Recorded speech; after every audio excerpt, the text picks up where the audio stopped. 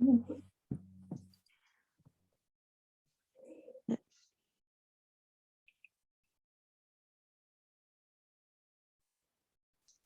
go.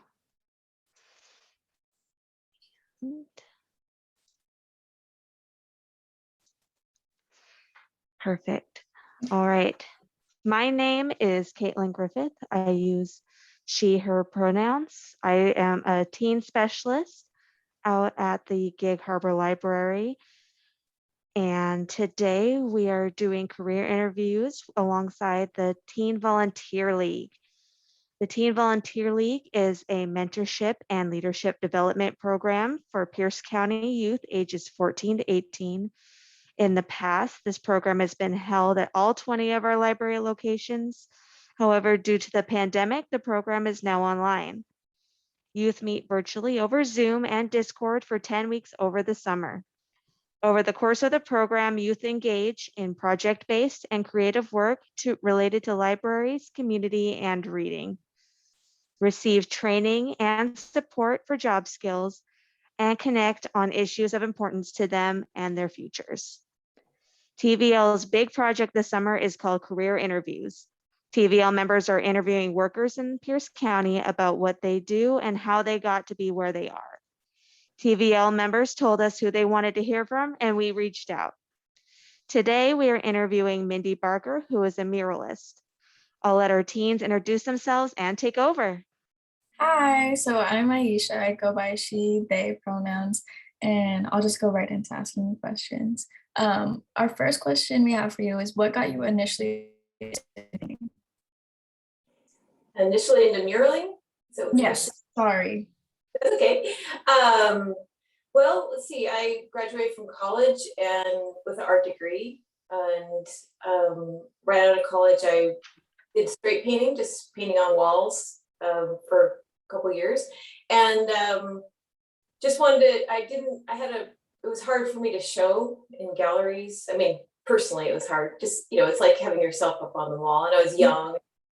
That was unnerving at the time. And so a man I was working for, or actually a family called the Williams family out in north end of Tacoma, they own a bunch of property, and I was working for them at the time, and they lived in a rest mansion on Yakima, North Yakima, and in there was some wood graining, so it was all hand painted. There was beautiful work in there from the turn of the century, and so they had me touch up this stuff, and I'm like, what is this? This is like a really cool thing, because I can work with paint, and but it's still representational of something.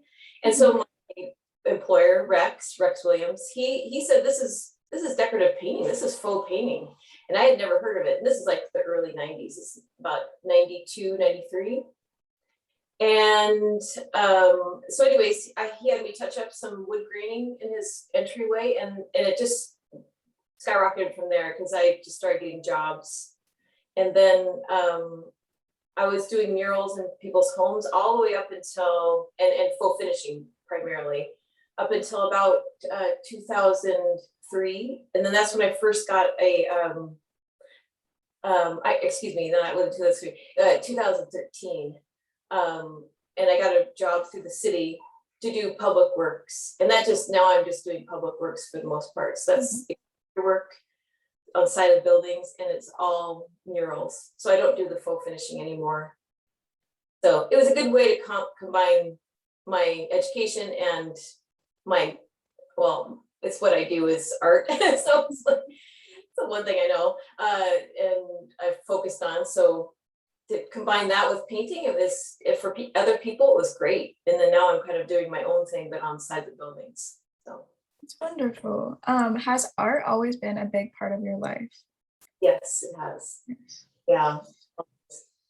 Again, it's something that was, and I think most kids get this too when they get into the arts. It was encouraged, and I got a lot of feedback from it, and so that's just something I was inclined to go towards. Yeah. Had you always wanted to be a muralist, or was it more towards like artist or something else? Honestly, it's not. It's really not anything in particular. I just like I just like to create imagery. Mhm. Also a drummer, so my family's are all musicians, and so anything in the arts has always appealed to me. And so I don't think necessarily I wanted to be a muralist necessarily. I mean, that wasn't my aim, but it was just to create stuff because I do stuff every day. So it's just the way it's to make, it's a way to living on Yeah. things I like to do every day. So That's wonderful. I love that. What was your favorite piece of art that you've created like so far, hmm. or one that you hold near and dear to your heart? Oh wow, there's a lot of them. Probably exterior wise, I guess. I mean, the one that's been the funnest lately is just the one down on by McMinimans, all the animals down there on Broadway. People are just they write me back a lot about that one. And then the Yes one on 17th and Tacoma Avenue, people tend to really like that one too. I think it's maybe because it's so big and they can walk up to it maybe too, and it's all about Tacoma, and generally my stuff's about Tacoma, and it's really actually nature based. So I think people maybe relate to it because they see animals. That's so cute. I'll start keeping an eye out for your art because I feel like I like never, well, like I knew like muralists, like obviously people create them, but now that I know that you create local stuff, I'll Yeah. keep an eye out. Have you ever experienced artist block? And if so, like how did that impact business and stuff? Oh yeah, artist block is definitely a thing. But what I had a mentor when I was first starting my business. Oh, in the 90s. She just said, her name was Jody Colston out of Gig Harbor. She's in Gig Harbor, and she one time said, "You just need to make a mark. Just mess up the page, do something on it. So if you see a blank canvas or a blank piece of paper, you just make a not a mess, but don't. It's not precious. Don't make it precious, and then you just start building from there." So I just go for it, and I'm my confidence has gotten stronger over the years because I've been in business so long, since 1993, that I just go into a thing not knowing what I'm going to do. I mean, I do know what I'm going to do because I have contracts, and I have, everybody has to sign off everything before I start. But literally when you're on the wall, it's kind of an unknown in a way. You're like, wow, how's this going to turn out? And I just have a lot of confidence that I'll just get through it, because honestly, and I tell students this, not that you can always fix things, but it's not surgery. It's not, you can layer things, and a lot of times mistakes are the best thing. So I just kind of go for it, and I just weave my way through it to the end until my eye is satisfied. But I try to get my critical mind to turn off, and whether it's thinking about something else or listening to music while I'm doing something, because you split your brain in a way. And so that kind of turns off my critical brain, and then I can move forward and not be suspect of every single mark I make, So I just feel like in the end it'll work out fine, and it'll be something I'll be like, wow, I can't believe I did that. Surprise yourself. But people say, they always say, I can't wait to see what you're gonna do, and I'm like, me too. Oh, I can't imagine, like that's probably such a like relieving feeling. Like once you finally get it done, you like blow yourself away. Yeah. Do you have an artist that you look up to? Oh, there's so many. Oh my gosh. Well, I really Lisa Congdon out of Portland. She's amazing. She's my age, and she started later in life doing artwork, and she's just really morphed into different things. She's really tried different things. She kind of just jumps in it, and I really admire that. She's good with business and kind of protecting yourself too, emotionally, and like how much stress she puts on herself. And locally, of course, there's a ton of people. Jeremy Gregory and all kinds of friends. I mean, I just have so many friends that are in town that are just, they just completely blow me away all the time, always making things. And people that are maybe not alive anymore that lived here. This area is so full of art. And one of my professors was Becky Frace, and she's an amazing person in just herself, and she's a wonderful teacher. She's just so well-rounded, and but I've been doing artwork. I learned a ton from her. I went to college at PLU, and she was a professor of mine, and she's really amazing too. So I mean, it just builds on with people. Yeah, I can imagine. Like Yeah. after years of working in the field, like you make connections, you meet people, and so you get inspiration. People that are young that are getting it, that are just I just love watching everybody that's young and doing stuff with arts. Well, our whole city arts system, and with Amy Brides, that they're all the stuff that they do with the city and Spaceworks. All the people that are coming through there are amazing. Okay, next question. Where do you get your inspiration for your art pieces? Nature, for the most part. Yeah, I really tend to stay away from. I like a lot of organic shapes, but I combine maybe some sharper, maybe some geometric shapes also. So I try to do that balance between the two. So if there's something, so like this thing, there's like a circle. There's a circle around behind this animal, but very organic. The animals themselves are, and I'm also really into soil. So I think soil is what keeps us alive. Really, it's all there that we don't even know. There's just millions and millions of organisms, and so and I love mycelium, from tree to tree, how they talk to each other through that system. I just love that. So a lot of my stuff combines soil work, I guess. And I'm not a scientist, so I work it more as a kind of like a fantasy version. So I imagine what could be in the soil and all the little creatures and things, and I just think of those and what they do for this earth. I mean, they make the world go round, really, what's in the soil. I mean, our air it's all cycles out. So anyways, I just think love that's a great way to get inspiration. Yeah. Is the painting or the mural behind you, sorry, is that in your home? It is, yeah. It's actually on canvas. I painted on a canvas. Like, it's been cut out, so up there it's a cutout shape, and I attached it to my wall because I'm working with the Washington State Arts Commission, and I got so it's Arts West is what it's called. I mean, I'm sorry, Arts WA. And so I have a project coming up, and so this was just like a prototype in a way, and this will be transferred on. An image like this will be transferred onto tile, and then put up on a junior high or like a middle school in That's beautiful. Washington. So that's what I'm working on now. So this is like a little prototype, and I am going to have these I photographed them, but I'm going to have them printed so people can buy them on pre-pasted canvas, and then they can put on the wall like they are. So like wallpaper. They're kind of like a decal, but a hand painted decal, I guess. Yes, it's gorgeous. Like I know the little kids are gonna love it at their school. What's the most bizarre commission that you've been asked to paint? One time I did a pinup girl up on a ceiling above I don't know if you know what pinup girls are, but from the 50s.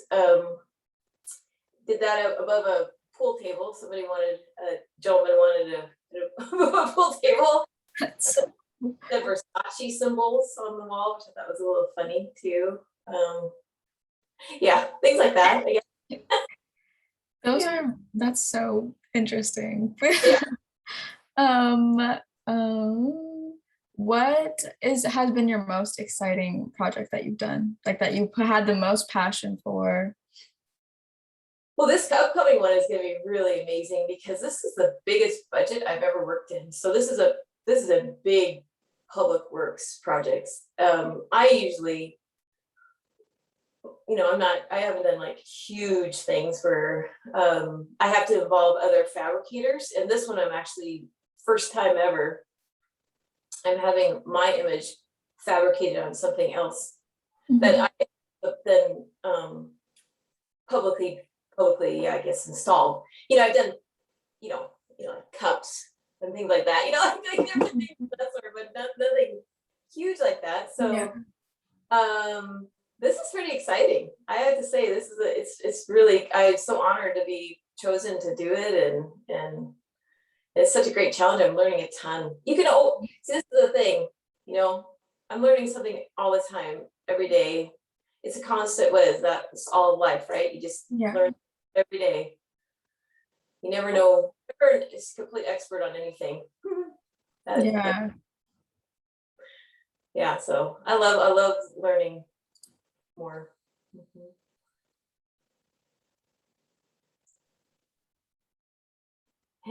Sorry, I was frozen. My Wi-Fi is kind of bad right now. I had a question about your murals. So when you work on them, is it just you, or do you get help from other people? I would say, well, generally it's me, just me. I did have an assistant for one job through the city, and the reason why was that, so I've been in the business for a long time, and I have different ways how to get an image on the wall to get it up there, and just techniques and things that I'd like to pass on. What they did is they coupled me with another artist that hadn't done any murals, so that I could teach him how to do murals.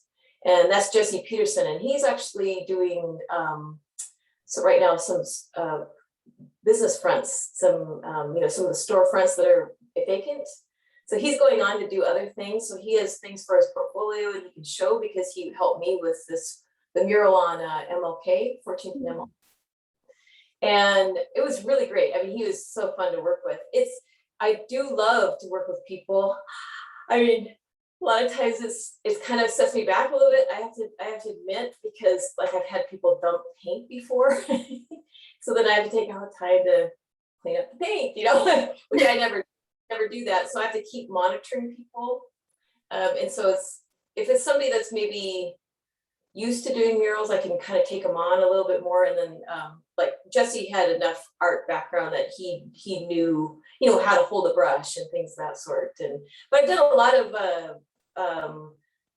things with kids, doing murals that are on just like temporary things with kids, just painting, and that's really fun because it's just like whatever happens, happens. So, but like a formal business thing, I really only had Jesse really come in, because I can work so fast by myself, and I've had other people come in and like help, so I can show them how to tape, and they're always like, "Gosh, this is a lot of work before you even start painting. I'm really bored." They don't. But once the people that really know how to prep are into it, and then they want to paint, then they're golden, That's very, very interesting. Do you have any advice for teens that may be interested in pursuing a similar career path?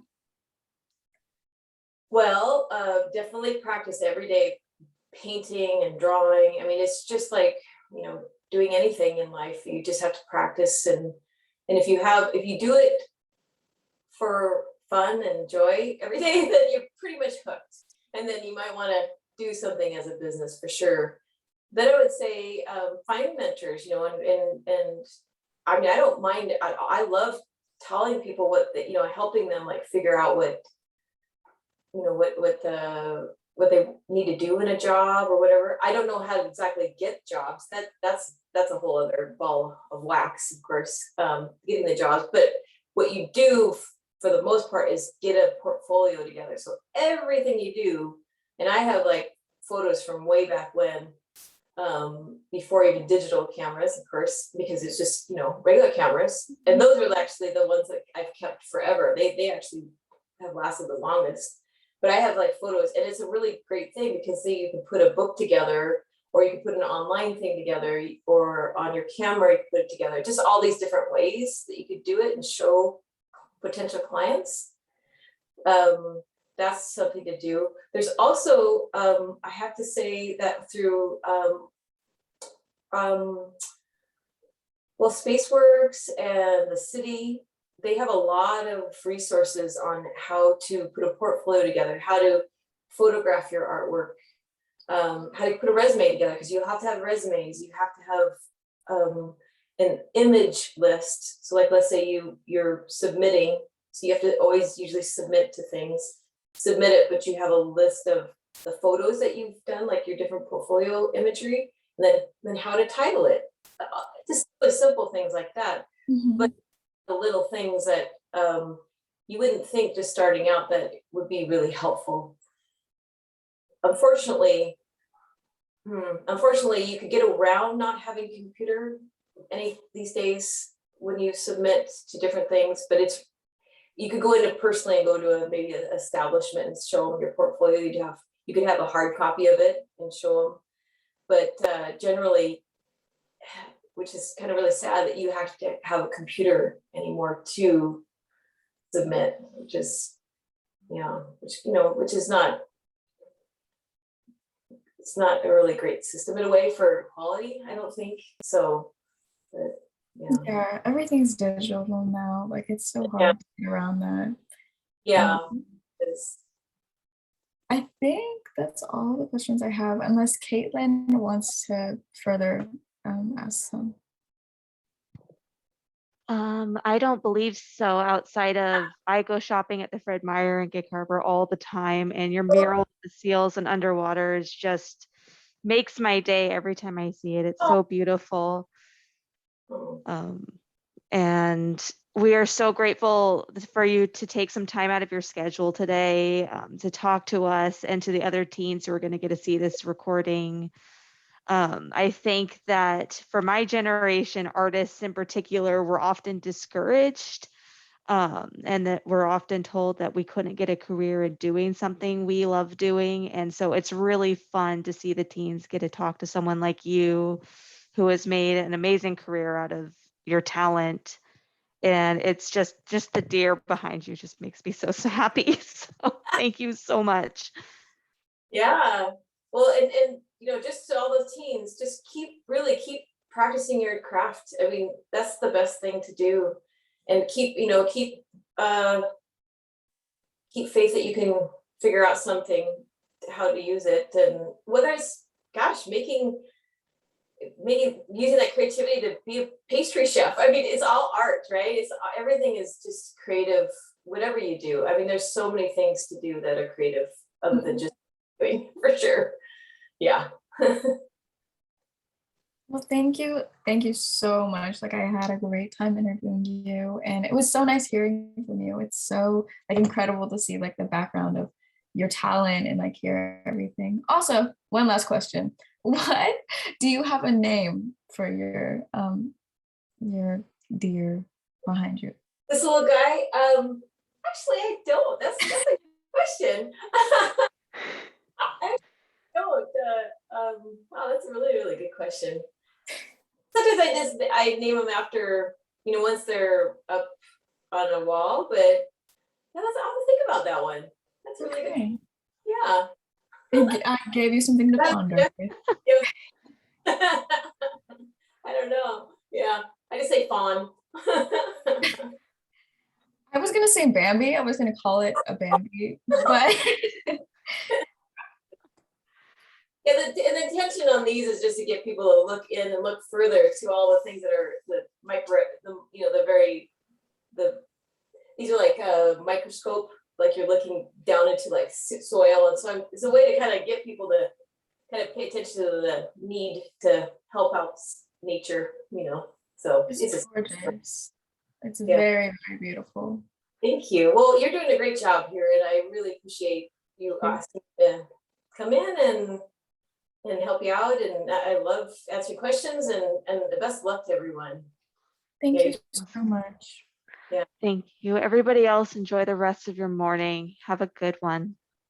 Bye. Bye-bye. Bye. Thank you.